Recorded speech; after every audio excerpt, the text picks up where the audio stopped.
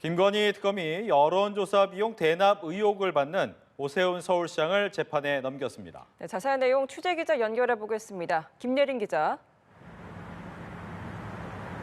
네, 김건희 특검이 오세훈 서울시장을 정치자금법 위반 혐의로 재판에 넘겼습니다.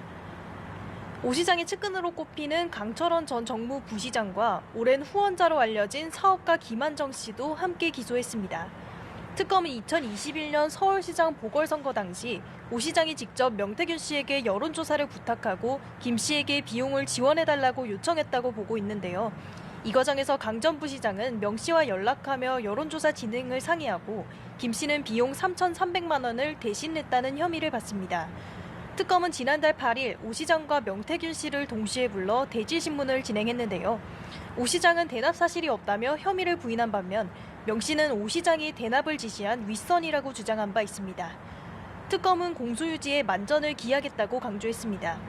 오 시장은 특검의 기소 직후 입장문을 내고 강하게 반발했는데요. 특검이 법과 양심을 저버리고 민주당 하명에 따라 정해진 기소를 강행했다며 정치 공작에 불과하다는 것이 머지않아 밝혀질 것이라고 말했습니다. 네, 계엄 해제 방해 의혹을 받는 국민의힘 추경호 의원은 내일 구속영장 심사를 받죠. 네, 국민의힘 추경호 의원의 영장 실질 심사는 내일 오후 3시부터 열립니다. 현역 의원이 내란 혐의로 구속 기로에 놓인 건 이번이 처음입니다. 추 의원은 비상계엄 당시 국회 본회의장으로 모여야 한다는 한동훈 당시 국민의힘 대표의 요청과 달리 의원총회 장소를 여러 차례 바꿔 의원들의 표결 참여를 방해했다는 의혹을 받고 있습니다. 특검은 추 의원이 계엄의 위법성을 인지하고도 윤석열 전 대통령의 요청에 따라 계엄을 도왔다고 의심하고 있는데요. 여러 의원들로부터 추 의원이 상황을 제대로 알리지 않아 표결에 참석하지 못했다는 진술도 확보한 것으로 전해집니다. 추 의원은 계속해서 혐의를 부인하고 있는데요. 구속 여부는 비상계엄 사태 1년째인 모레 새벽쯤 나올 전망입니다.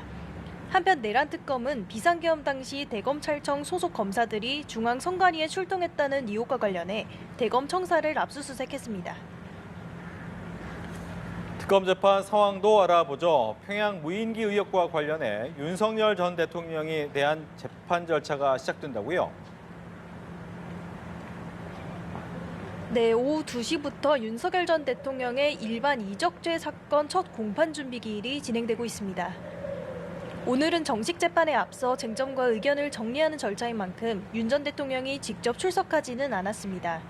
재판부는 공소사실에 군사기밀이 상당 부분 포함돼 있어 안보 문제가 우려된다는 특검 측 요청에 따라 증거조사와 증인신문은 모두 비공개 진행하기로 결정했습니다.